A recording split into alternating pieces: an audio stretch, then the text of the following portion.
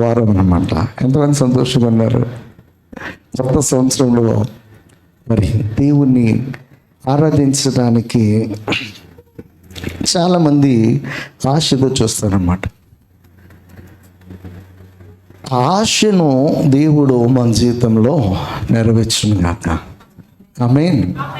దేవుని యొక్క కృప లేకపోతే మనము అడుగు తీసి అడుగు వెయ్యలేం. దేవుని కృప లేకపోతే వినిపిస్తుందన్నమాట. బాగానే అంటే పక్కన ఆ బోర్ సౌండ్ వస్తూ ఉంది కదా, ఆ సౌండ్ ఈ సౌండ్ మెర్చి నా మాట మీకు సరిగ్గా అర్థమవుతుందా లేదా అని. హల్లెలూయా. అయితే మనము ఒక గడి నుంచి ఇంకొక గడియలోనికి వెళ్ళాలన్నా, ఒక రోజు నుంచి ఇంకొక రోజులోకి వెళ్ళాలన్నా, ఈ వారము ప్రభు సన్నిధిలో ఉన్నాం. మరొక పునరుద్ధాన కాల సమయంలో ప్రభు సన్నిధిలో ఉండాలన్నా, ఈ సంవత్సరం అంతా కూడా 52 వారాలు ప్రభు సన్నిధిలో ఉండటానికి దేవుడు కృప అనుగ్రహించాడు. వచ్చే సంవత్సరం కూడా 52 వారాలు ప్రభు సన్నిధిలో ఉండటానికి దేవుడు ఆయన కృపను మనకి అనుగ్రహించాలన్నా, అది దేనిపైన ఆధారపడి ఉంటుంది? అది దేనిపైన ఆధారపడి ఉంటుంది? చెప్పాలా? రేపు ఎనర్జెటిక్గా ఉండాలంటే ఈరోజు మనం ఏం చేయాలి?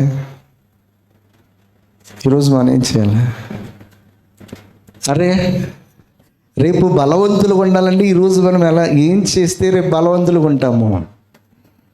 అమ్మా, మంచిగా తినాలి, మంచిగా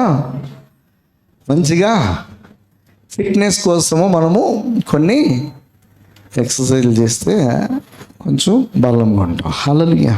అంటే తినాలి, తినేది అరిగే వరకు ఏం చేయాలన్నమాట? ఏదో పని ఖచ్చితంగా చేయాలి.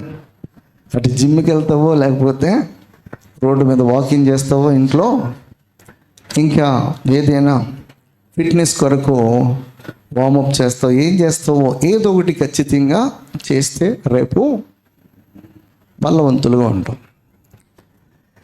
ఈ సంవత్సరం అంతా కూడా దేవుడు మనల్ని కాపాడి మరొక సంవత్సరంలో అడుగుపెట్టడానికి దేవుడు కృపను అనుగ్రహించాలన్నా, వచ్చే సంవత్సరంలో మనం ఇంకనూ దీవించబడాలన్నా, ఇప్పుడు మనం చేసే భక్తి మీద ఆధారపడి ఉంటుంది. దేనిపైన?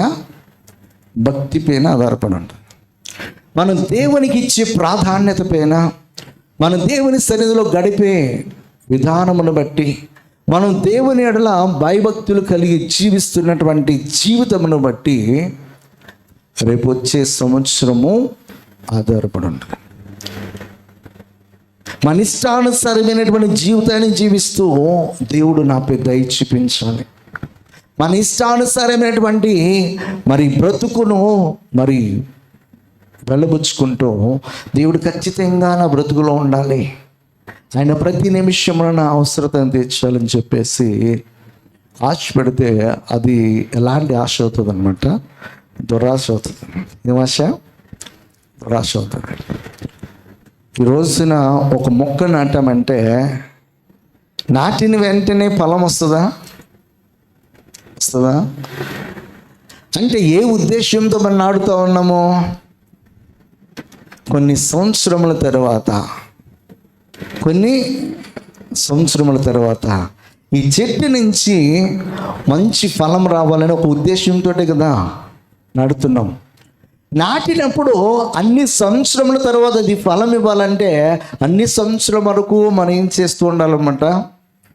ఏం చేస్తూ ఉండాలి? దాన్ని కాపాడాలి, ప్రొటెక్ట్ చేయాలి, దాన్ని పోషించాలి. అంటే ప్రతి నిమిషం మన దానికి కావలసినటువంటి నీరును పోసి చుట్టూ ఒక కంచె వేసి ఏ మేకలో, ఏ దూడలో, ఎలాంటి పక్షులు ఏది కూడా దాన్ని నాశనం చేయకోకుండా ఏం చేయాలన్నమాట? కాపాడుచున్నాను. అప్పుడు ఖచ్చితంగా ఒక రోజుకి ఏమవుతుంది అనమాట? అది ఫలాన్ని ఇస్తుంది. ఈరోజు చేసే భక్తి ఒక రోజున మన జీవితంలో ఫలాలను తీసుకుని వస్తుంది. ఈరోజు మనం జీవించే జీవితము యథార్థత కావచ్చు, నీతిగా ఉండొచ్చు, ఇంకా సహోదరుల ప్రేమ కలిగి జీవించడం కానీ, పరిశుద్ధత కలిగి జీవించడం కానీ, దేవుని సన్నిధి పట్ల మనకున్నటువంటి భయభక్తులు కానీ, ఇవన్నీ కూడా ఒక రోజున ఏం చేస్తారనమాట, మనకి కావాల్సిన ఆశీర్వాదాన్ని అంతటినీ కూడా ఏం చేస్తారనమాట, ఒకేసారి తీసుకుని వస్తుంది. అయితే ఈ రోజు కొరకే మనం ఆలోచన చేసి, ఈరోజు మనము తిన్నామా, ఈ రోజున మనం ఉన్నామా, ఈ రోజున మనం సంతోషించామా అనే విధముగా మనము లోకస్తుల వలె లోక పాపంలో మనము పొరలాడితే ఖచ్చితంగా మనపైకి ఆశీర్వాదానికి బదులుగా ఏమొస్తుంది అనమాట, దేవుని యొక్క ఉగ్రత వస్తుంది, దేవుని యొక్క శాపం వస్తుంది. దేవుని యొక్క సన్నిధానంలో మనం ఉన్నప్పుడు మనము ప్రతి విషయమందు చాలా చాలా చాలా జాగ్రత్త కలిగి మనం జీవించే వారముకుంటే ఖచ్చితంగా మన జీవితంలో ఆశీర్వాదాన్ని మనము చూడగలము. రేపటి ఆశీర్వాదము నిర్ణయించేది ఈరోజు నువ్వు చేసే భక్తి అన్నమాట. కొంచెం నా వైపు చూసి మీరు అలర్ట్గా ఉంటే ఆ మొక్క అందిస్తారన్నమాట. మీరు మొక్క అందిస్తే మీరు వింటున్నారని లెక్క, లేకపోతే మనుషులు ఇక్కడ ఉన్నారు, మనసులు ఎక్కడికో పోతా ఉంటాయి అన్నమాట. హల్లెలూయా. మనము ప్రభు సన్నిధానంలోకి వచ్చినప్పుడు మనకి కాన్సన్ట్రేషన్ అంతా కూడా ఎక్కడ ఉండాలంటే ఆల్టర్ దగ్గర, పులిపీటి దగ్గర సేవకుడు ఏ మాట మాట్లాడుతున్నాడా అని చెప్పేసి దానిపైనే మన యొక్క చెవులు ఉండాలి, మన కళ్ళు ఉండాలి, మన యొక్క అటెన్షన్ అంతా కూడా అక్కడ ఉంటేనే ఇంకా ఇంకా ఇంకా మనము దేవుని సన్నిధిని ఆనందించగలమాట. హల్లెలూయా. యోబు రాస్తున్నటువంటి పుస్తకము 4వ అధ్యాయము 6వ వచనము. యోబు రాస్తున్నటువంటి పుస్తకము 4వ అధ్యాయము 6వ వచనము. నీ భక్తి నీకు ధైర్యము పుట్టింపదా, నీ యథార్థ ప్రవర్తన నీ నిరీక్షణకు ఆధారము కాదా. చాలమ్మా. యోబుకి స్నేహితులు ఉన్నారు, మంచి స్నేహితులు ఉన్నారు. యోబు యొక్క జీవితాన్ని చూసినప్పుడు యోబు గురించి ఈ భూమి పైనటువంటి మనుషులు సాక్ష్యం ఇవ్వట్లే. ఎవరిస్తున్నారో దేవుడే సాక్ష్యం ఇస్తున్నారు. అలాగే తన స్నేహితులు తర్వాత వచ్చి కొద్దిగా అతన్ని పొగుడుతూ అతని గురించినటువంటి కొన్ని సాక్ష్యాలను ఇస్తూనే కొన్ని సందర్భాలలో వారు అతనిని తప్పు పడతా ఉన్నారు. రెండూ చేశారు. యోబు గ్రంథం 1వ అధ్యాయం 1వ వచనం చూసినట్లయితే దేవుడైనటువంటి యెహోవా యోబు గురించి ఒక సాక్ష్యం ఇస్తూ ఉన్నాడు. ఊజు దేశమునందు యోబు అని ఒక మనుషుడు ఉండెను. అతడు యథార్థవంతుడు, న్యాయవంతుడనై దేవుని యందు భయభక్తులు కలిగి చెడుతనమును విసర్జించినటువంటి వాడు అన్నమాట. అంటే యోబు ఎలా జీవిస్తున్నాడంటే భయభక్తులు కలిగి జీవిస్తున్నాడో, నీతిగా జీవిస్తున్నాడో, న్యాయవంతుడిగా ఉన్నాడో, యథార్థవంతుడిగా ఉన్నాడో, చెడుతనాన్ని విసర్జించాడు అన్నమాట. అంటే యోబు యొక్క కుటుంబము చుట్టూ, యోబుకున్నటువంటి ఆ యొక్క పశువుల మందుల చుట్టూ, తన ఆస్తి చుట్టూ, తన బిడ్డల చుట్టూ దేవుడు కంచె వేస్తాడంటే యోబు యొక్క జీవితం ఎలాగుందనమాట, చాలా భయభక్తులతో కూడుకున్నటువంటి జీవితం.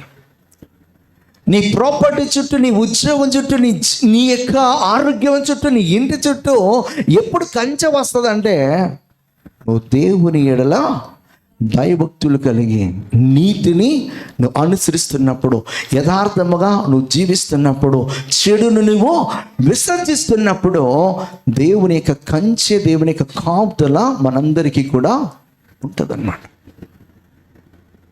అయితే కొన్ని సందర్భాలలో మనకు వచ్చినటువంటి కీడులను బట్టి, ఉపద్రవాలను బట్టి మనం ఎంత భక్తి పరులమని తెలిసినప్పటికీ కూడా మన స్నేహితులు, మన ఇంట్లో వాళ్ళు మనలను ఏమని అర్థం చేసుకుంటారో తెలుసా? ఎక్కడో ఏదో దుర్మార్గు పంచి పెట్టే వీళ్ళు ఇలాగున్నారు, ఇలా అయిపోయారు అని చెప్పేస్తారు. యోబు గురించి వారందరికీ తెలుసు. అతను చెప్తాడనమాట. ఏమనంటే అదే అధ్యాయంలో మీరు చదివితే, కొంచెం ముందరికి చదివితే, పైన వచనాలు చదివితే చాలా చక్కగా చెప్తాడు. అనేకులకు నీవు బుద్ధి నేర్పిన వాడవు, బలహీనమైన చేతులను బలపరిచిన వాడవు, నీ మాటలో తొట్టిల్లు వాళ్ళని ఆదుకొని ఉండెను, కృంగిపోయిన మోకాళ్ళు గల వాళ్ళని నీవు బలపరిచితివి. ఎలాంటి వాడంట మనోడు? అనేకులకు బుద్ధి నేర్పినటువంటి వాడనమాట. బలహీనమైన చేతులను బలపరిచినటువంటి వాడు. నీ మాటలు తొట్టిల్లు వాళ్ళని ఆదుకుని పడిపోతున్న వారిని పడిపోకుండా నిలబెట్టగలిగినటువంటి మాటలు ఎవరు మాట్లాడేవాడుకున్నారన్నమాట? యోబు మాట్లాడేవాడుకున్నాడు. అలాంటి వాడు ఈ రోజున శ్రమలలో మరి తను దుఃఖపడుతూ వేదన చెందుతూ, ఎందుకంటే తనకు వచ్చినటువంటి శ్రమ ఈ భూమి పైన ఎవరికి రాలేదు కూడా చెప్పాలంటే. అది యేసుక్రీస్తుకి అపుస్తలం పౌలుకి మరి తప్ప మిగతా వాళ్ళెవరికి కూడా అంత శ్రమ రాలే. ఎందుకంటే వారికి మాత్రం వచ్చింది శ్రమ, కానీ ఇక్కడ శ్రమ యోబు ఇల్లు అంతటికి వచ్చింది. యోబు ఇళ్ళ పాదికి వచ్చింది. తన గర్భాన పుట్టినటువంటి బిడ్డలు ఒకేసారి చనిపోవడం, తను సంపాదించుకున్న ఆస్తంతా కూడా ఒకేసారి వెళ్ళిపోవడం, తన ఆరోగ్యం అంతా ఒకేసారి చెడిపోవడం, అన్నీ కూడా ఒకే రోజున ఏకకాలంలో జరిగేసరికి ఎంత బలవంతుడైనా, ఎంత విశ్వాసవీరుడైనా ఖచ్చితంగా తన యొక్క ఆలోచనలు ఏమవుతాయి అన్నమాట? బలహీనపరచబడతాయి, తన మాటలు తడబడతాయి, తన అడుగులు స్థిరముగా ఉండవు అన్నమాట. అలాంటప్పుడు వీరు వచ్చి ఏమని మాట్లాడుతున్నారంటే, నీ భక్తి నీకు ఏం పుట్టిందంట? ధైర్యము పుట్టింపదా అని తేమానీయుడైనటువంటి ఎలీఫజు మాట్లాడుతున్నమాట. ఈ తేమానీయులు ఎవరంటే ఏశావు సంతతి వారు. తేమానులో జ్ఞానం ఉందంట. తేమానులో ఏముంది? జ్ఞానం ఉంది. తేమానులో బలం ఉందంట. ఏశావు సంతతిలో ఇద్దరు ఉన్నారు, జ్ఞానులు ఉన్నారు, రెండు బలవంతులు ఉన్నారు. ఓబద్య రాసిన గ్రంథంలో చాలా చక్కగా చెప్తాడు ఈ మాటలు. అయితే ఆ జ్ఞానము, ఆ బలము కలిగినటువంటి ఎలీఫజ్ వచ్చి మాట్లాడుతున్నాడు అన్నమాట. యోబుకి గుర్తు చేస్తున్నాడు. ఏమనంటే, నీ భక్తి నీకు ధైర్యము పుట్టింపదా. ఈ మాట మనం ఖచ్చితంగా గుర్తుంచుకోవాలి. ఎవరు ధైర్యంగా ఉంటారంటే భక్తి పరులు ధైర్యంగా ఉంటారు. ఎవరు ధైర్యంగా ఉంటారంటే దేవుని ఎడల యథార్థంగా జీవించేవారు ధైర్యంగా ఉంటారు. ఎవరు ధైర్యంగా ఉంటారంటే నీతిమంతులు ధైర్యంగా ఉంటారు. ఎవరు ధైర్యంగా ఉంటారంటే చెడుని విసర్జించినటువంటి వారు ధైర్యంగా ఉంటారు. దేవుని యొక్క రాకడ సపోజ్ డేట్ అండ్ టైము రేపు అన్నారు అనుకో, లేకపోతే ఎప్పుడు వస్తుందో తెలీదు, ఈ క్షణమే రావచ్చు అని చెప్పేసి మనం చాలాసార్లు చదువుతాం. అయితే పరిస్థితులన్నీ కూడా చిన్న భిన్నంగా అయిపోతున్నాయి, లోకంలో మారిపోతూ ఉన్నాయి. మారిపోతున్నప్పుడు ఎవరు ధైర్యంగా ఉంటారో తెలుసా? క్షణానికి మారిపోతున్నప్పుడు ఎవరు ధైర్యంగా ఉంటారో తెలుసా? దేవుని ఎడల భయభక్తులు కలిగిన వారు ధైర్యంగా ఉంటారు. మిగతా వాళ్ళందరూ కూడా అధైర్యపడుతుంటారు. ఎక్కడికి వెళ్ళాలన్నా, ఏదైనా చేయాలన్నా దేవుని ఎడల భయము కలిగి భక్తి కలిగినటువంటి వారు ఒక్కడైనా వెళ్ళడానికి సాహసం చేస్తాడు. తన భక్తి తన చుట్టూ ఏమేస్తుంది అనమాట? ఒక కంచె వేస్తాడు. భక్తి పరులతో పాటు ఎవరు వెంట వెళ్తారనమాట? దేవుడు వెళ్తూ ఉంటాడు. యోబు యొక్క ఇంటి చుట్టూ కంచె వేసింది ఎవరన్నమాట? దేవుడే వేశాడు.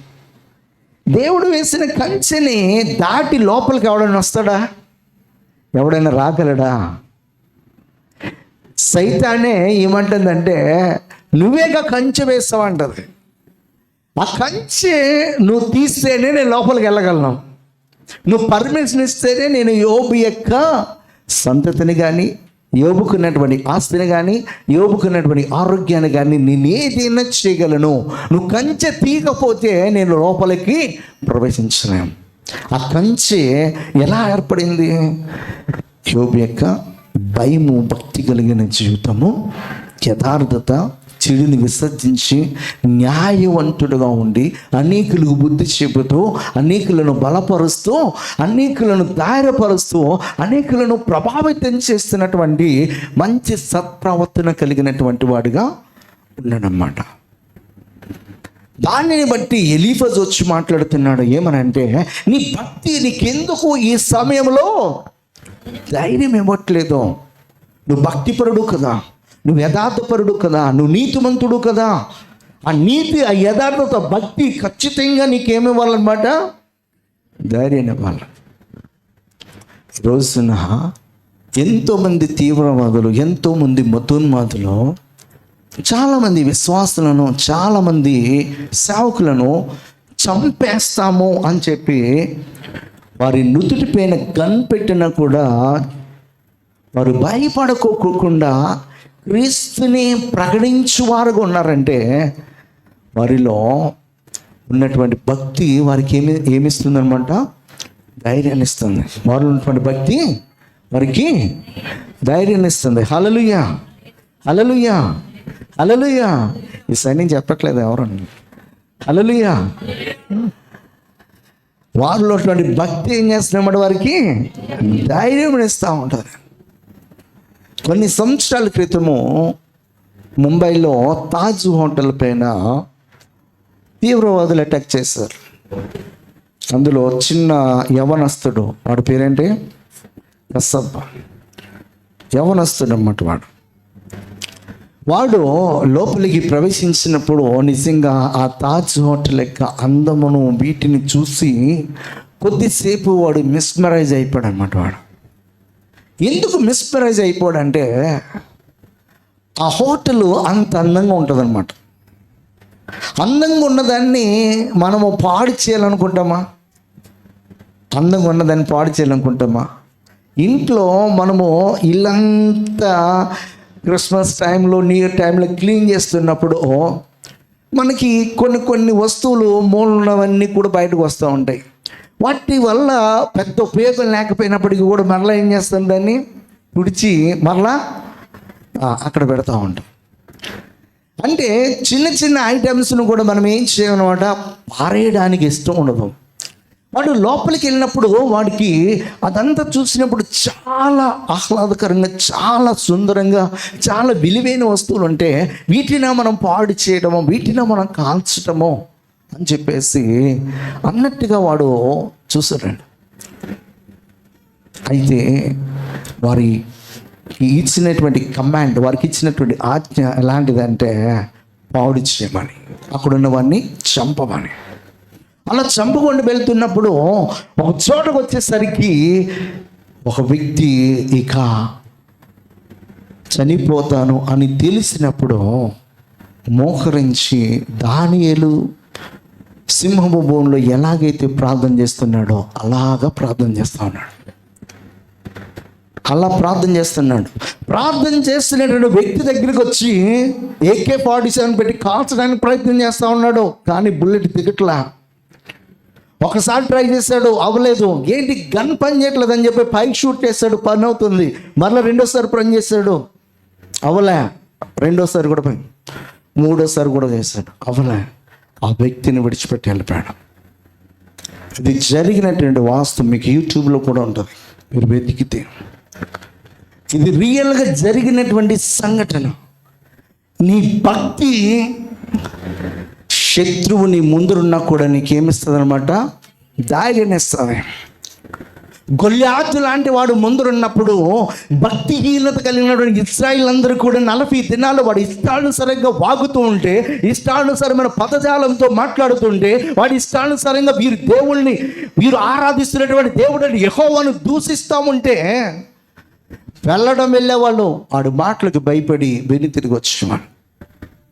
పిరికి వారుగా సౌలు యొక్క సైన్యం అంతా కూడా, యుద్ధ వీరులంతా కూడా ఎన్ని రోజులు జరిగిందంటే 40 దినములు జరిగింది. 40 దినాలు ఇష్టానుసారంగా మాట్లాడుతున్నాడు. అది విన్నటువంటి ఒక యవ్వనస్తుడు, ఎవరో ఇలా చూడాలా, ఎవరో ఒక యవ్వనస్తుడు. ఆ యవ్వనస్తుడు ఎవరన్నమాట? దావీదు. ఇదేంటిది? ఒక అన్యజనుడైనటువంటి ఈ వ్యక్తి మన దేవుడు దూషించడమేంటి? దేవునితో సంబంధం లేనటువంటి వాడు, భక్తిహీనుడు, దుర్మార్గుల గుంపులో ఉన్నటువంటి వాడు, సర్వ సృష్టికి కారణభూతుడైనటువంటి దేవుణ్ణి దూషించడం ఏంటని చెప్పేసి తనకి రోషం వచ్చింది. తనకి రోషం వచ్చినప్పుడు తను రాజు దగ్గరికి వెళ్ళి పర్మిషన్ తీసుకొని యుద్ధానికి వెళ్ళాడు. వారందరికీ ధైర్యం లేదు, యవ్వనస్తుడికి ధైర్యం ఉంది. వారికి ధైర్యం లేకపోవడానికి ఈయనకి ధైర్యం ఉండటానికి గల కారణం ఏంటో తెలుసా? దేవుని ఎడల దావీదు చూపుచున్నటువంటి భక్తి జీవితం. ఎడారిలో ఉన్నప్పుడే, లోయలలో ఉన్నప్పుడే, గొర్రెల మందలను ఆ గుట్టల పైన మేపుచున్నప్పుడే ఏమని అంటున్నాడన్నమాట? యెహోవా నా కాపరి, నాకు లేమి కలుగదు, పచ్చిక గల చోట పొరండిచ్చేవాడు, శాంతికరమైన జనముల వారను నడిపించేవాడు. చీకటి అగాధులు ఇల్లుని సంచరించిన కూడా నేను దేనికి, ఏ అపాయమునకు భయపడను. అపాయం వస్తుందేమని చెప్పేసి ఇశ్రాయేలు అందరూ కూడా భయపడుచు వెను తిరుగుతున్నారు. కానీ ధైర్యముగా దావీదు దేవుని ఎడల భయభక్తులు కలిగి, యుద్ధము నాది కాదు, యుద్ధము యెహోవాది అని చెప్పేసి ధైర్యంగా ముందుకు వెళ్ళాడు. ఆ ధైర్యము ఎలా వస్తుందంటే మనం దేవుని ఎడల కలిగి ఉన్నటువంటి భక్తి జీవితాన్ని బట్టి వస్తుంది. భక్తి లేకపోతే శత్రువు ఎక్కడో ఉండగానే మనము పరిగెత్తుకుని వెళ్ళిపోతాం. కోవిడ్ టైంలో చాలామంది చనిపోవడానికి గల కారణం ఏంటో తెలుసా? భయపడుట. దేనికి వాక్యం ఏం చెప్తుందో తెలుసా? భయపడుట వలన ఉరి వచ్చును. నువ్వు దేని గురించి అయితే భయపడి పారిపోతావో, దేని గురించి అయితే ఇక్కడి నుంచి ఎస్కేప్ అయిపోవాలనుకుంటావో అది నీ వెంటనే వస్తుంది. అది ఎందుకు ఈ మాట చెప్తున్నానంటే, నీ భక్తి నీకేమివ్వాలి? ధైర్యం ఇవ్వాలి. నీ ప్రక్కన 1000 మంది పడినను, నీ కుడి పక్కన 10,000 మంది కూలను అపాయం నీ యొద్దకు రానివ్వనని చెప్పినటువంటి దేవుని యొక్క మాట నీ హృదయంలో ఉంటే నీవు ఉన్న చోటని అలాగే ఉండవు.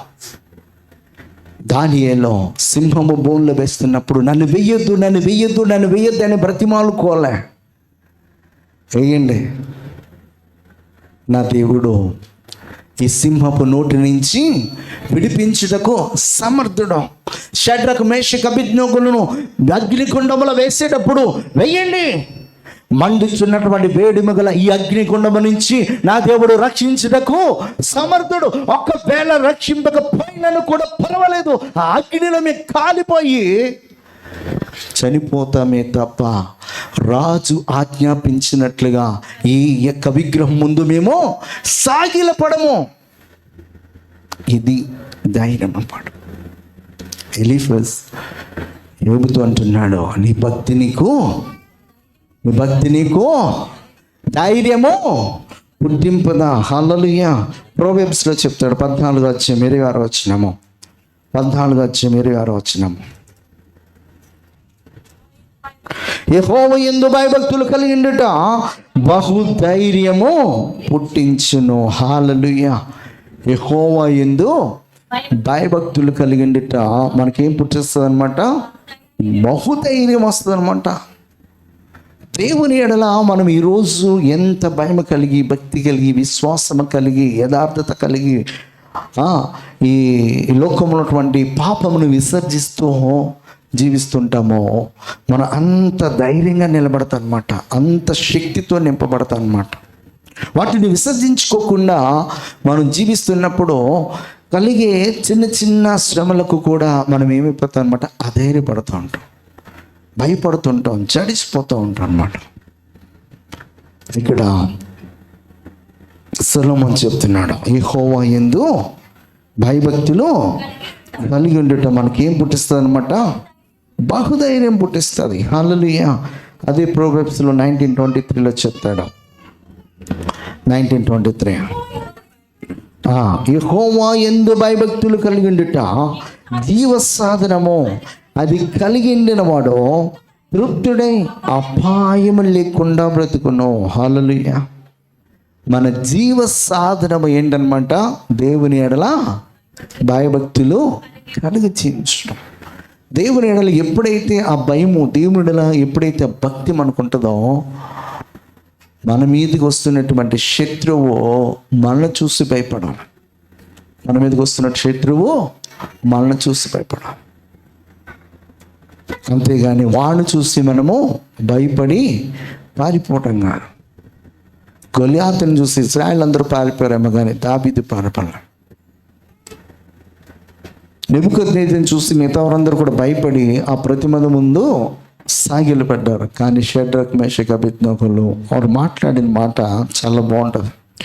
3వ అధ్యాయంలో 16వ వచనంలో దానియేలు గ్రంథంలో చెప్తాడు, షడ్రకును మేషకును అబేద్నెగోను రాజుతో ఇలాగ చెప్పని, నెబుకద్నెజరు ఏమంట కాదు, ఒక రాజుని అయ్యా రాజుగారు అనట్లేదు, ఏమనంట, నెబుకద్నెజరు ఇందుని గురించి నీకు ప్రత్యుత్తరం ఇవ్వాలన్న చింత మాకు లేదు. హల్లెలూయా.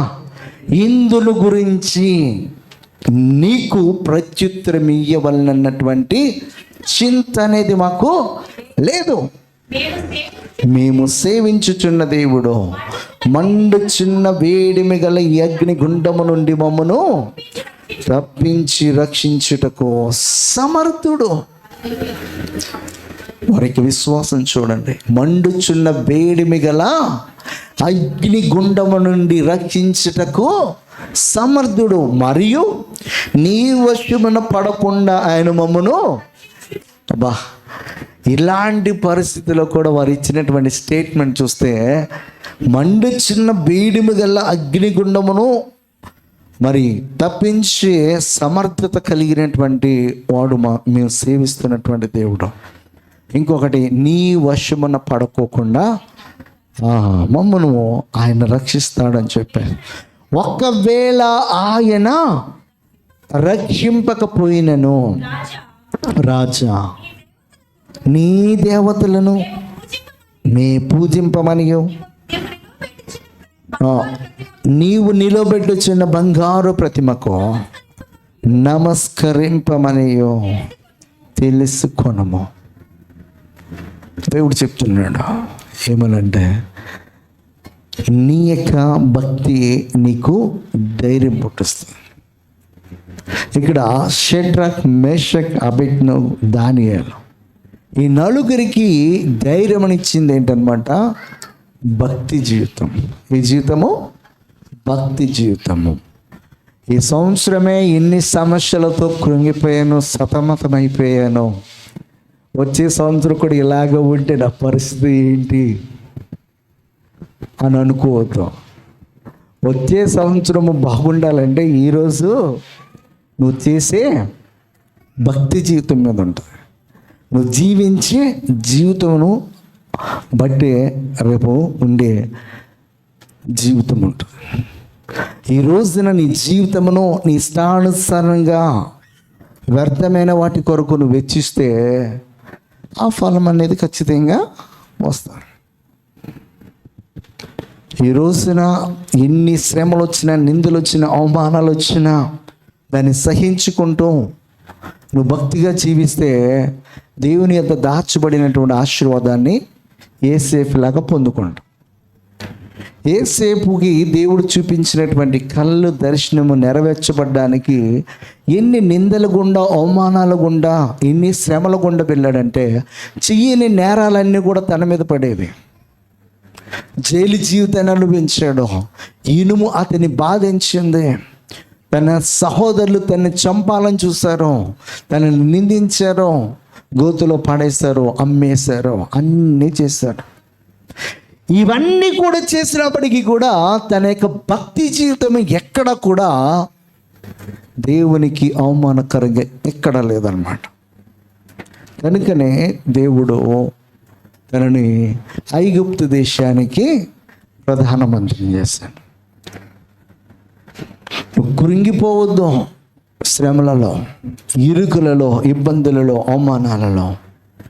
ఏవి నీ వెంట వచ్చినను కూడా అవి శాశ్వతంగా నిన్ను వెంబడించేవి కావు.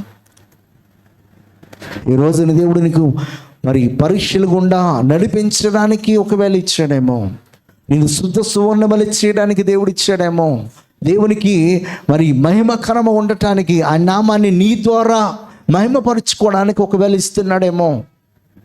యోబుకి అలాగే ఇచ్చాడో, ఏసేపుకి అలాగే ఇచ్చాడో, ఆయన నామాన్ని మహిమపరుచుకోవడానికి. వారు భయం కలిగి, భక్తి కలిగి, విశ్వాసం కలిగి ఎక్కడ కూడా దేవుని ఎదుట దుర్మార్గముగా పాప జీవితాన్ని జీవించడానికి అవకాశం ఇవ్వకోకుండా వారు జీవించారు. కనుకనే పోగొట్టుకున్న దానికంటే రెండంతల ఆశీర్వాదాన్ని వారు పొందుకోగలిగారు. దేనికి వాక్యం ఏంటంటే మనందరం కూడా గమనించాల్సింది ఏంటంటే, రేపటి జీవితము ఈరోజు నువ్వు చేసే భక్తి పైన ఆధారపడి ఉంటుంది. ఈరోజు నువ్వు జీవించే యథార్థత, నీతి, చెడుతనాన్ని విసర్జించుకునే దానిపైననే అది ఆధారపడి ఉంటుంది. అలా నువ్వు ఎప్పుడైతే జీవిస్తుంటావో ఆ భక్తి జీవితం నీకేం పుట్టిస్తుంది అనమాట? మొట్టమొదటిగా ధైర్యాన్ని. హల్లెలూయా. 112వ కీర్తన 1వ వచనం, యెహోవాను స్తుతించుడి, యెహోవా యందు భయభక్తులు గలవాడు, ఆయన ఆజ్ఞలను బట్టి అధికముగా ఆనందించువాడు ధన్యుడంట. యెహోవాను ఏం చేయమంటున్నాడు? స్తుతించండి. యెహోవా యందు ఏం కలిగి ఉండాలంట? భయభక్తులు కలిగి, ఆయన ఆజ్ఞలను బట్టి అధికముగా. దేన్ని బట్టి ఆనందించాలి? ఆయన ఆజ్ఞలను బట్టి. దేవుడు మనకి ఆజ్ఞాపించిన వాటిని మనము చేయడానికి మనము ఆనందించే వారు ఉండాలి. అంతేగాని ఈ లోకంలో మరి లోకస్తుల వలె లోకంలో ఉన్న వాటిని బట్టి సంతోషించడానికి మనము ఇక్కడికి అక్కడికి తిరిగే వారంగా ఉండకూడదు. దేవుని సన్నిధికి మనం మొట్టమొదటి ప్రాధాన్యత ఇస్తే దేవుడు మన జీవితంలో సంతోషాన్ని, ఆనందాన్ని అన్నిటినీ కూడా ఎప్పుడు ఇవ్వాలో, ఎంత క్వాంటిటీలు ఇవ్వాలో అంత క్వాంటిటీలు ఇస్తాడు. చాలామంది ఏం చేస్తారంటే దేవుని సన్నిధిని విడిచిపెట్టి బయట సంతోషించడానికి ఫ్రెండ్స్ అంతా కలిసి టూర్లు వేస్తూ ఉంటారు, సినిమాలకు వెళ్తూ ఉంటారు, రోడ్ల పైన తిరుగుతారు, ఇంకా వేరు వేరు స్థలాల్లో గడుపుతూ ఉంటారు. నేను చాలామందిని చూస్తాను. ఈరోజు తిరుగుతారు, ఈరోజు సంతోషిస్తారు, కానీ ఈరోజు తిరిగినటువంటి కాళ్ళు ఇంకా ప్రతిసారి తిరిగే విధంగా దేవుడు చేయడం. ఈరోజు సంతోషించినటువంటి ఆ పెదాల్లో శాశ్వతంగా సంతోషించే విధంగా దేవుడు చేయడం. సమయం ఉన్నప్పుడే దేవుని సన్నిధిలో మనం సంతోషించడానికి, దేవుని స్తుతించడానికి, దేవుని ఆరాధించడానికి మనం కేటాయించాలి. ఒక్క సండే కూడా ఈ సంవత్సరంలో నేను మిస్ కాలేదు. గడిచినటువంటి కొన్ని సంవత్సరాలుగా నా జీవితంలో నేను మిస్ అయినటువంటి సండేస్ ఇప్పటి వరకు మహా అయితే ఒక 4 to 5 సండేస్ ఉంటాయి. 4 to 5 సండేస్ ఉంటాయి, అంతకంటే ఎక్కువ ఉండవు. నా ఊహ తెలిసినప్పటి నుంచి ఇన్ని సంవత్సరాలలో దేవుని సన్నిధికి మేము ఎప్పుడు కూడా ఎప్పుడు వస్తామా, ఎప్పుడు దేవుడు మనకి ఇచ్చినటువంటి పని యథార్థంగా చేద్దామా అనే ఒక్క దానిపైనే మేము ఆధారపడాను. ఎన్నో సందర్భాల్లో నా స్నేహితులు, నాతో పాటు సాఫ్ట్వేర్ ఇంజనీర్గా వర్క్ చేసినటువంటి వాళ్ళు, ఈ వీకెండ్ మనం పలానా చోటుకి వెళ్దాం రా, నువ్వు వస్తానంటే ఫ్లైట్లోనే వెళ్దాము, టికెట్స్ కూడా మేము పెట్టుకుంటామని చెప్పిన సందర్భాలలో కూడా మాకు శని ఆదివారం చాలా ఇంపార్టెంట్. దేవుని సన్నిధిలో ఉంటావు. నువ్వు వస్తాను, నువ్వు తీసుకెళ్తాను, పోనీ అందరూ కలిసి వెళ్దాం అంటే వీక్ డేస్ వస్తావా నువ్వంటే ఆయన వీక్ డేస్ రాడు. ఆయనకి వీక్ డేస్ ఎంత ప్రాముఖ్యమో మనకి వీకెండ్ అంతా ప్రాముఖ్యం. వాళ్ళు వీక్ డేస్ వాళ్ళు కొన్ని రోజులు మానేసిన పర్వాలే, కానీ వీకెండ్ మనం ప్రభు సన్నిధానంలో మానడానికి అది ఆప్షనే లేదు అసలు. చాలామంది ఏమనుకుంటారంటే ఆప్షన్ అనుకుంటారు. దేవుడు చెప్పిందండి, ప్రతి విశ్రాంతి దినమున తప్పకుండా సమాజముగా కూడుకొనుట మానుకొనకుడి అంటాడు. మనం మానడానికి వీల్లేదు. మన ఒంటిలో ఓపుకున్నంత వరకు కూడా దేవుని సన్నిధిలో మోకరిస్తూ ఉండాలి, దేవునికి స్తుతి చెల్లిస్తూ ఉండాలి, దేవుని ఆరాధిస్తూ ఉండాలి, దేవుని ఘనపరుస్తూ ఉండాలి. దేనికి వాక్యాన్ని మనం అధ్యయనం చేస్తూనే ఆ వాక్యానుసారంగా మన బ్రతుకును సరి చేసుకుంటూ ఉండాలి. ఇది నిరంతరము జరిగే ఒక వ్యాయామం లాంటిది అనమాట. నిరంతరము జరగాలి. మనం ఎప్పుడైతే ఆ ప్రాముఖ్యతను మనం ఇవ్వగలుగుతామో ప్రతి సంవత్సరము కూడా మనకి ఆశీర్వాదకరంగా ఉంటుంది, ప్రతి సంవత్సరము కూడా మేలుకరంగా ఉంటుంది. 2026లో ఎన్నో జరుగుతాయని చెప్పి చాలామంది ప్రిడిక్షన్ చేయొచ్చు.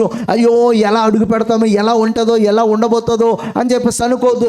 ఎన్ని ప్రిడిక్షన్స్ అయినా కావచ్చు, ఎలాంటి భయంకరమైన సంగతులు విపత్తులు జరగబోతున్నాయని ఎవరు ఎన్ని చెప్పినా కూడా అవన్నీ కూడా నీ దరికి రాకోకుండా కాపాడేవాడు నీ ప్రక్కనే ఉన్నాడు. నిన్ను కాపాడేవాడు కునుకోడు, నిద్రపోవడం. హల్లెలూయా. అరచేతిలో చిక్కుకున్నటువంటి గొప్ప దేవుడు ఆయన. హల్లెలూయా. యెహోవా యందు భయభక్తులు కలిగి ఆయన ఆజ్ఞలను బట్టి మనము అధికముగా ఆనందించడం నేర్చుకోవాలి. ఇంకొక మాట చెప్తాడు 9వ అధ్యాయం యాక్ట్స్ అపోస్తలుల కార్యముల గ్రంథము 9వ అధ్యాయం 31వ వచనము. కావున యూదయ, గలిలయ, సమరయ దేశముల ఎందంతటా సంఘము క్షేమాభివృద్ధి నందుచు సమాధానము కలిగి ఉండెను, మరియు ప్రభునందు భయమును పరిశుద్ధాత్మయందు ఆదరణ కలిగి నడుచుకొనుచు విస్తరించుచుండెనంట. హల్లెలూయా. చాలమ్మా.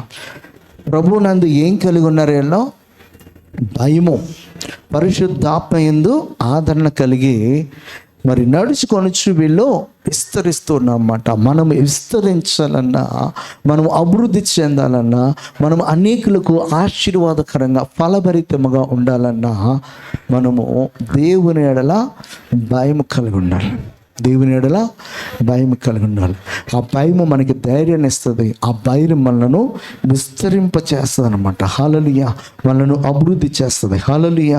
మనలను ఆశీర్వదించే విధముగా ఆ భయము మనకి మరి సహాయపడుతుంటుంది. హల్లెలూయా. 1 పేతురులో ఒక మాట చెప్తాడు. 1వ అధ్యాయం 13వ వచనము.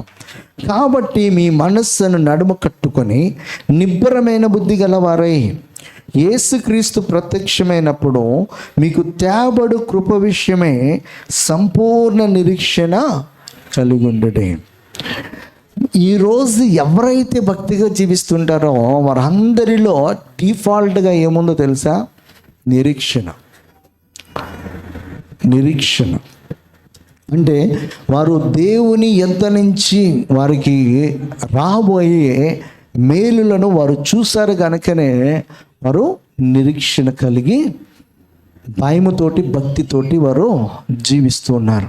మనం గమనించినట్లయితే హెబ్రీయులకు రాసిన పత్రికలో విశ్వాసం అనున్నది అంటాడు. ఏమంట?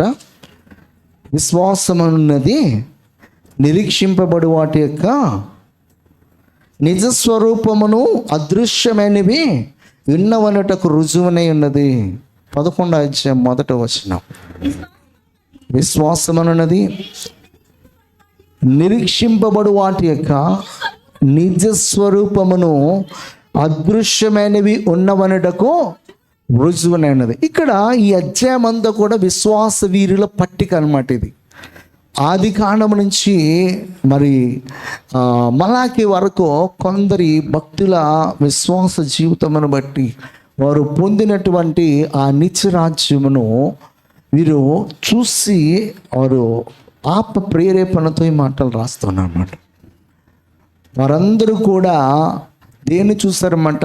దేవుడిచ్చే పరలోకాన్ని చూశారు, దేవుడిచ్చే నిత్య మహిమను చూశారు, దేవుడిచ్చే ఆ నిత్య జీవాన్ని వారు చూశారు కనుకనే ఈ లోకంలో ఉన్న వాటిని వారు గొప్పగా ఎంచుకోలేదు.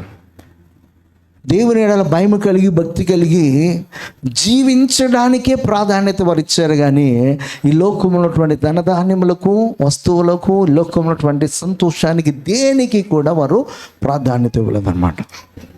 దేవుని ఎడల అంత భయము భక్తి కలిగి వారు జీవించడానికి గల కారణం ఏంటంటే, దేవుని యొద్ద నుంచి వారికి తేబడబోయే మంచి ఆ యొక్క ఆశీర్వాదాన్ని వారు నిరీక్షణ కలిగి చూస్తారు కనుకనే వారు దాన్ని పొందుకున్నారన్నమాట. హల్లెలూయా. మొదటి యోహానులో చెప్తాడు 3వ అధ్యాయము 2వ వచనం నుంచి 2 మాటలు మనం చదువుదాం. 1 John chapter 3 verses 2. ప్రియులారా, ఇప్పుడు మనము దేవుని పిల్లలమై ఉన్నాము. మనమిక ఏమవుదుమో అది ఇంకా ప్రత్యక్షపరచబడలేదు, కానీ ఆయన ప్రత్యక్షమైనప్పుడు ఆయన ఉన్నట్లుగానే ఆయనను చూతుము గనుక ఆయనను పోలి ఉందమని ఎరగదము. ఆయన యొద్దు ఈ నిరీక్షణ పెట్టుకుని ప్రతివాడును ఆయన పవిత్రుడే ఉన్నట్టుగా తన్ను పవిత్రునిగా చేసుకున్నాం. హల్లెలూయా. ఎందుకు భయము, ఎందుకు భక్తి కలిగి జీవించాలంటే, మనము ఒక రోజున ఖచ్చితంగా మనము దేవుని స్వారూప్యములోనికి, దేవుని స్వభావంలోనికి, దేవుడు ఎలా ఉంటాడో అలా మనం కూడా ట్రాన్స్ఫార్మ్ అవ్వడానికి మనం ఎదురు చూస్తున్నాం కనుక మనము ఈ రోజున పరిశుద్ధతను కాపాడుకోవాలి, నీతిని మనము ధరించాలి. ఎఫెసీయులకు రాసిన పత్రిక 6వ అధ్యాయం, నీతి అనే మైమరుపు మనము కలిగి ఉండాలంట. విశ్వాసమైన డాలు మనం కలిగి పట్టుకోవాలి. ఆ వాక్యమైన ఆత్మీయ ఖడ్గాన్ని మనము చేత పట్టుకోవాలి. రక్షణ అనే స్థిరస్నానమును ధరించాలి. వీటినన్నిటినీ మనం ధరించి నడుస్తున్నప్పుడు అపవాదిని మనము జయించగలం. యోబు అపవాదిని జయించాడు. అపవాది ఏం చేయలేకపోయాడు. ఒకే రోజు అన్ని శ్రమలు తన ఇంటిపైన, తన ఒంటిపైన, తన ఆపై జీవితాన్ని కొల్లగొట్టడానికి తన స్నేహితులను పంపించి ఇంకా ఇంకా ఇంకా హీనాతిహీనంగా చేయాలని చూశాడు. కానీ ఎక్కడ కూడా అపవాదికి చోటు వల్ల యోబు ఏమనంటాడంటే, 6 బాధల్లో నుంచి దేవుడు నన్ను విడిపోయి, 7 శ్రమలు వచ్చినా కూడా ఆ కీడులో నుంచి కూడా నన్ను తప్పిస్తాడని చెప్తాడు. యోబు రాసినటువంటి గ్రంథంలో మరి ఎంత నిరీక్షణ లేకపోతే, ఎంత విశ్వాసం లేకపోతే, ఎంత భక్తి లేకపోతే ఆ మాట మనం చెప్పగలమో. చదవండి అన్నమాట. 5వ అధ్యాయము 18-19 వచ్చిన, ఆయన గాయపరిచి గాయమని కట్టును, ఆయన గాయము చేయను, ఆయన చేతులే స్వస్థపరచును. 6 బాధల్లో నుండి ఆయన నిన్ను విడిపించును. 7 బాధలు కలిగిన నీకు ఏ కీడు తగులదు. అంత విశ్వాసము, అంత ధైర్యము ఎలా వస్తుందంటే మన భక్తిని బట్టి వస్తుంది అన్నమాట. దేవునికి మనం ఇచ్చే ప్రాధాన్యత. ప్రతిరోజు ఉదయం లేచి తన బిడ్డల నిమిత్తం, తన కుటుంబస్తుల నిమిత్తం, తన నిమిత్తం, తన భార్య నిమిత్తము, తన పనివారి నిమిత్తం, అందరి నిమిత్తం ఏం చేస్తూ ఉన్నాడు? ఈయన దేవునికి సాక్రిఫైస్ చేస్తూ ఉన్నాడు, బలి అర్పిస్తూ ఉన్నాడు, దేవునికి కృతజ్ఞతాస్తుతులు చెల్లిస్తూ ఉన్నాడు. దేవుని సన్నిధిలో మరి ఎంతో భయభక్తులు కలిగి జీవిస్తూ ఎవ్వరికి కూడా ఏ కీడు చేయకుండా, ఎవరికి ఎటువంటి హాని చేయకోకుండా జీవిస్తున్నాడు. కనుకనే ఆ ధైర్యము తనలో ఉందన్నమాట. క్రొత్త నిబంధన ఏం చెప్తుందంటే, మనకి దేవుడు ఎలాంటి ఆత్మనిచ్చాడంట? పిరికి ఆత్మనిచ్చాడా? శక్తియు ఇంద్రియ నిగ్రహము కలిగినటువంటి ఆత్మనే అనేది దయచేస్తాడంట. పిరికి ఆత్మను మనకి ఇవ్వలేదు. ఆ ఆత్మను వారు పొందుకున్న తర్వాత పెంతెకోస్తు రోజు నుంచి వారి యొక్క మరి ధైర్యాన్ని మనం చూస్తే, అంతకుముందు భయపడుతూ దాక్కునేటువంటి వారు ధైర్యముగా నిలబడి, ప్రధాన యాజకులేంటి, పరిసయ్యులేంటి, సద్దుకేలేంటి, రాజులేంటి, అధికారులేంటి, చంపేవారండి, దూషించేవారండి, నిందించేవారండి, వారిని హింసకు గురి చేసేవారండి, ఎవరి ముందు కూడా వారు భయపడకోకుండా ధైర్యంగా నిలబడ్డారు. నీ భక్తి దేవుని శక్తి చేత నింపుద్ది అన్నమాట. నీ భక్తి దేవుడు నీకు ఇచ్చే ధైర్యము. నీ భక్తి నిన్ను ఏం చేస్తుంది అనమాట? అది విస్తరింపజేస్తుంది. ఆ భక్తి జీవితం వల్లనే అపోస్తలులైన పౌలందరూ కూడా, పంపబడిన వారందరూ కూడా చేసినటువంటి పరిచర్య ద్వారా ప్రపంచమందంతటా కూడా క్రీస్తుని గురించిన స్వార్థమానాన్ని వారు ప్రకటించేసి సంఘాన్ని ఏం చేసుకుంటూ వెళ్ళారు? వాళ్ళు విస్తరింప చేసుకుంటూ వెళ్ళారు. ఒకే రోజున 3,000 మంది బాప్తీసం తీసుకున్నారంటే అది దేవుని శక్తి చేత జరిగింది. హల్లెలూయా. 2 సమూయేలు గ్రంథం, 1 సమూయేలు గ్రంథం 2వ అధ్యాయంలో 9వ వచనంలో ఇక్కడ ఓ భక్తి పర్వాలు మనకు కనబడుతుంది. ఎవరో భక్తి పర్వాలు? 1 సమూయేలు. తన భక్తుల పాదంలో తొట్టిల్లకుండా ఆయన వారిని కాపాడును, దుర్మార్గులు అంధకారమందు మాటు మనుగుదురు, బలము చేత ఎవడును క్షేమనందుడు అని ఎవరు చెప్తున్న మాట? సమూయేలుకి జన్మనిచ్చినటువంటి అన్న చెప్తుంది. ఏమనంటే తన భక్తుల పాదమును తొట్టిల్లకుండా ఆయన వారిని కాపాడుతాడు. ఇక్కడ 4వ విషయం ఏంటంటే, మనం మొట్టమొదటి ఏం చూసాము? ధైర్యం చూసాము. రెండు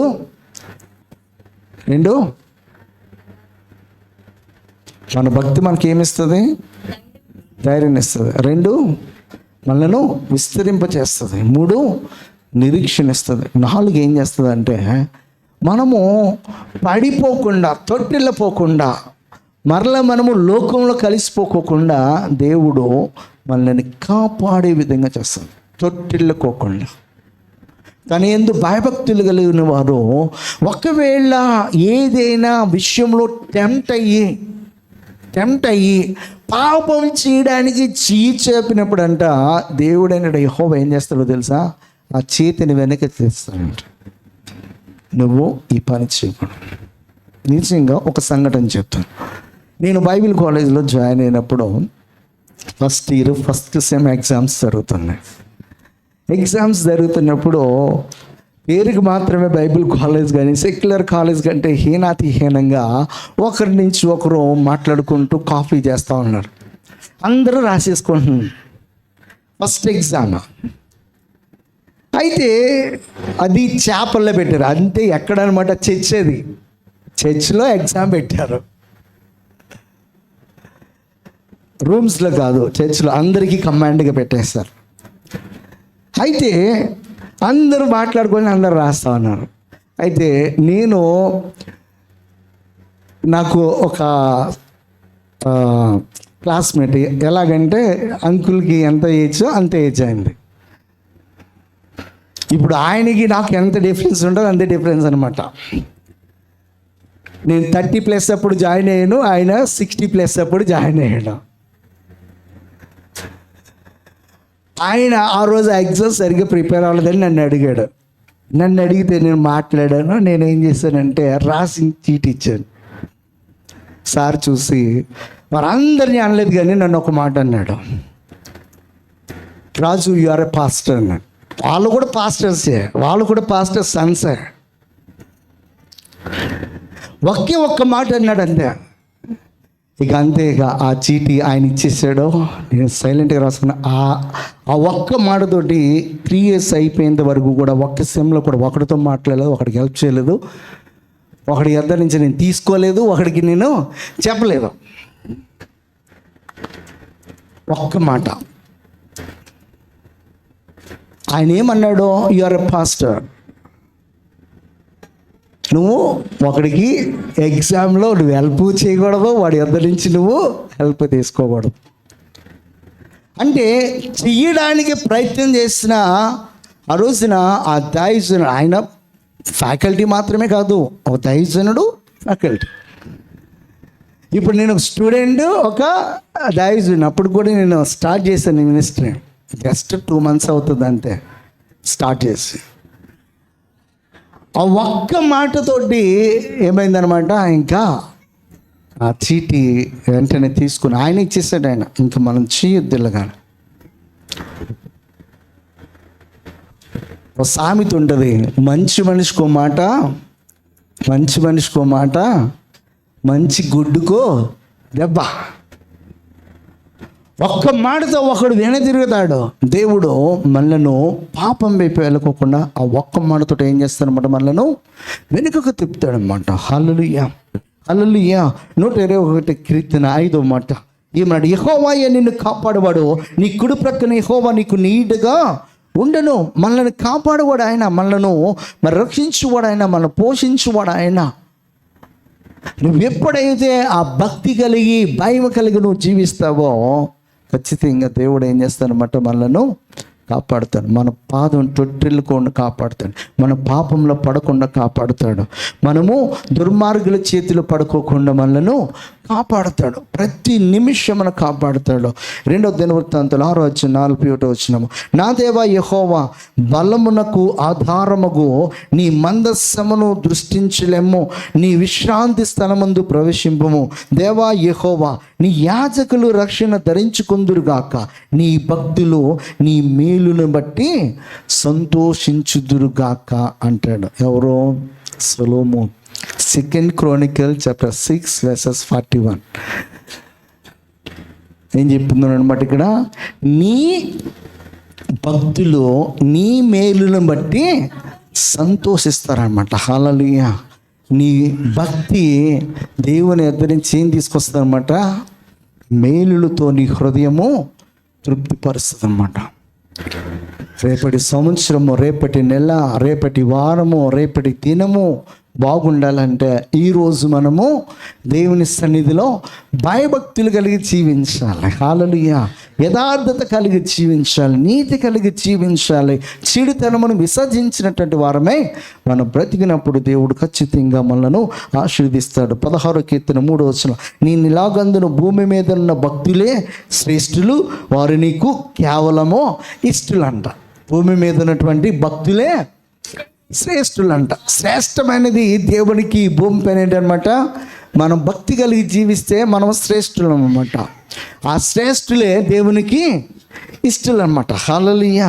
32వ కీర్తన 6వ కావున నీ దర్శన కాలమందు భక్తి గల వారందరూ నిన్ను ప్రార్థన చేదురు. విస్తార జల ప్రవాహములు పొరలి వచ్చినను నిశ్చయముగా అవి వారి మీదకి రావు. ఏం చెప్తున్నాను? విస్తార జల ప్రవాహములు పొరలు వచ్చినా కూడా అవి మన మీద రావు, పొరలవు. అసూయ చేత దానియేలుని చంపాలని చూశారు. చనిపోయాడు దానియేలు. ఏ దానియేలు అని అడగండి, దానియేలు పుస్తకంలో దానియేలు. హల్లెలూయా. కుళ్ళుతోటి షడ్రక్ మేషక్ అబేద్నెగో వారిని చంపాలని చూశారు. చనిపోయారు వాళ్ళు. వాళ్ళని చంపాలని మండుచున్న వేడిమి అగ్నిలో వేస్తున్నప్పుడు వేసేవారు కాలి బూడిదైపోయి చచ్చిపోయారు. దానియేలుని చంపాలని చూసినటువంటి వారు అదే సింహాలకు కుటుంబాలతో సహా వాటికి ఆహారం అయిపోయారు. మనము భక్తి కలిగి జీవిస్తున్నప్పుడు మనల్ని చంపాలని చూస్తున్నటువంటి వారు చనిపోతారేమో, కానీ మనలో దేవుడు చనిపోయే వారికి వారిలో మనల్ని ఉంచడం. హామాను మొర్దెకైని యూదులను అందరినీ చంపాలని చూస్తుంటాడు. కానీ హామాను తన కుటుంబం అంతా కూడా అదే ఉరికి మీద ఉరి తీయబడ్డారు. హామానికి సపోర్ట్గా నిలబడిన వారందరూ కూడా 1000 మంది 2 దినాల్లో యూదుల చేత చంపించబడ్డారు. మన భక్తి జీవితము మనలను కాపాడుతాం, శత్రు చేతుల నుంచి కాపాడుతాం. 5వదిగా మనం చూసినట్లయితే ప్రోవెర్బ్స్ 2వ అధ్యాయంలో న్యాయము తప్పిపోకుండా ఆయన కనిపెట్టను, తన భక్తుల ప్రవక్తనను ఆయన కాచును. ప్రోవెర్బ్స్ చాప్టర్ 2:8 ఆయన ఏం చేస్తారన్నమాట? న్యాయము తప్పిపోకుండా ఆయన కనిపెట్టును, తన భక్తుల ప్రవర్తనను ఆయన కాస్తూ ఉంటాడన్నమాట. మనం ఎలా ప్రవర్తిస్తూ ఉన్నామో వాటినన్నిటిని కూడా ఆయన కాస్తూ ఉంటాడు. మనం సరి చేయటము ఎవరు వంతు అనమాట? ఆయన వంతు. అని చేస్తూ ఉంటాడు. చేయాల్సింది చేస్తూ ఉండబట్టే మనము ఈరోజున ఈ స్థితిలో ఉన్నాం. లేకపోతే మనం ఇష్టానుసారంగానే జీవిస్తాం. మన యొక్క నేచర్ లాంటిది. మనము వచ్చినటువంటి పంచుకున్నటువంటి ఆ రక్తం అలాంటిది. ఆ రక్తంలో ఏముందనమాట? పాపం చేయడానికి పరుగులెత్తే రక్తం అది. పొరపాట్లు చేయడానికి ప్రతినిత్యము అది మన దేహంలో మనల్ని ప్రేరేపిస్తూ ఉంటుంది. అలాంటి రక్తాన్ని పంచుకున్నటువంటి మనము ఆ రక్తమంతా కూడా శుద్ధి చేసి క్రీస్తు రక్తంతో నింపబడి మనమందరము కూడా క్రీస్తు ఆత్మ చేత నడిపింపబడి వరకు కూడా ఆయన మన ప్రవర్తన అంతటిని ఆయన ఏం చేస్తుంటాడనమాట, కాస్తూ ఉంటాడు. చూడండి, రాజుగారు తన బిడ్డల్ని చిన్నప్పుడు ఏం చేస్తాడో తెలుసా? ఒక వయసు వచ్చిన తర్వాత శాలలకు పంపిస్తాను. ఏ శాలలో? గురుకులాలు. ఏ శాలలో? గురువుల దగ్గరికి పంపిస్తారు. అవి ఆ గురుకులాలే ఇప్పుడు స్కూల్ పేర్లు పెట్టారు, గురుకులాలని. ఆ గురువులు ఏం చేస్తారన్నమాట, శాస్త్రాన్ని నేర్పిస్తారు. తర్వాత రాజుగారి కుమారుడు కనుక ఆయన ఎలా నీతిగా ఉండాలి, యథార్థంగా ఉండాలి, రాజశాస్త్రం ఏంటి, ఈ పరిపాలన విధానం ఏంటి, వీటన్నిటిలో నైపుణ్యత, శత్రువు వచ్చినప్పుడు యుద్ధం ఎలా చేయాలి, యుద్ధ నైపుణ్యం ఎలా నేర్చుకోవాలి, ఈ ఆయుధాన్ని ఎలా వాడాలి, ఇవన్నీ కూడా ఏం చేస్తారంటే ఆ గురుకులాల్లో గురువులు యుద్ధం నేర్చుకోవాలి. నేను రాజుగారు కుమారుని కదని చెప్పేసి ఎగిలి చేతలు చేస్తే గురువుగారు 4 పీకుతాడనమాట. గురువుగారి దగ్గర ఈ నెల ఉండాలి, రాజుగారు కుమారుడుగా కాదు ఉండాల్సింది, ఒక శిష్యుడిగా ఉండాలి. శిష్యుడిగా ఉంటేనే నేర్పిస్తారు, లేకపోతే ఇక రిజెక్టెడ్, యూ నాట్ క్వాలిఫైడ్ అని చెప్పేసి అని గెంటే పడేస్తాను. ఎవరు నాన్నకి వెళ్ళలేదు. వాడు రేపొద్దున్న ఒక మంచి ధైర్యం కలిగి ఒక మంచి పరిపాలన చేయాలంటే ఆ గురుకులాల్లో గురువు యొద్ద వాడు చాలా వినయ విధేయతతో నేర్చుకోవాలని నేను. వాడి ప్రవర్తన అంతా కూడా ఏం చేస్తూ ఉంటారు అన్నమాట, వాళ్ళు గమనిస్తూనే ఉంటారు. మన స్కూల్లో మన టీచర్లు తెలియకోని చాలా చేసేసాం అనుకుంటాం. మనం మొబైల్ తీసి వాడుతుంది, మెసేజ్లు పెడుతుంది, అన్నీ అబ్జర్వ్ చేస్తారు వాళ్ళు. ఒకడు కోపం ఉన్నటువంటి సార్ ఏం చేస్తారన్నమాట, ముఖం మీద మాట్లాడతాడు. ఇంకోసారి ఏం చేస్తారన్నమాట, మనం మంచి చెప్తున్నా వాళ్ళు వినకపోతే మనం ఏం చేస్తామో, వాడి జీతం వాడి ఇష్టం, ఏం చేసుకుంటాడు చేసుకొని అని చెప్పేసి పెద్ద పట్టించుకోరన్నమాట. అది జరిగిద్ది. ఇక్కడ మన ప్రవర్తన అంతటిని కూడా ఆయన ఏం చేస్తుంటాడు, కాపాడుతుంటాడు. హల్లెలూయా. యూదా రాసిన పత్రిక 1:24 చదివేసి మనం ముగించేద్దాం. తొట్టిల్లకుండా మిమ్మల్ని కాపాడటకును తన మహిమ ఎదుట ఆనందముతో మిమ్మల్ని నిర్దోషులుగా నిలబెట్టుటకును శక్తిగల మన రక్షకుడైన అద్వితీయ దేవునికి అంటాడు. హల్లెలూయా. తొట్టిల్లకుండా మిమ్మల్ని ఏం చేస్తాడంటే ఆయన కాపాడుటకు, మన తొట్టిల్లకుండా కాపాడుతాడు, మన ప్రవర్తనను కాపాడుతాడు. మనము ఎప్పుడైతే ఆయన యందు భయము కలిగి భక్తి కలిగి జీవించటం ఆరంభిస్తామో, ఆ భక్తి ఆ భయము ఇతరుల ముందు మనను ధైర్యంగా నిలబెడుతుంది. మొట్టమొదటిది ఏం చేస్తుంది, మనకు ధైర్యాన్ని ఇస్తుంది. 2 ఏం చేస్తుంది అనమాట, మనను విస్తరింపజేస్తుంది, మనను అభివృద్ధి పరుస్తుంది. 3 ఏం చేస్తుంది అనమాట, నిరీక్షణ కలిగి ఉండేట్లుగా చేస్తుంది. 4 ఏం చేస్తామన్నమాట, తొట్టిల్లకుండా కాపాడుతుంది. 5 ఏం చేస్తామన్నమాట, మన ప్రవర్తన అంతటిని కూడా ఉంటుంది అన్నమాట. హల్లెలూయా. అలా దేవుడు మనను కాచి భద్రపరిచి దీవించాలంటే మనము ఈ రోజున ఎలా కలిగి ఏ జీవితాన్ని కలిగి ఉండాలి, భక్తిగల జీవితాన్ని కలిగి ఉండాలి. అలా భక్తిగల జీవితాన్ని కలిగి మనం నడుస్తున్నప్పుడు ప్రతి సంవత్సరము కూడా ఆశీర్వాదకరంగా ఉంటుంది. ప్రతి సందర్భం కూడా మనకి దీవెనకరంగా ఉంటుంది. ఏ విషయము కూడా మనము అధైర్యపడము, ప్రతి విషయంలో కూడా ధైర్యముగా మనము నిలబడతాం. దేవుడు అటువంటి కృప మనందరికీ అనుగ్రహించును గాక. ఆమేన్.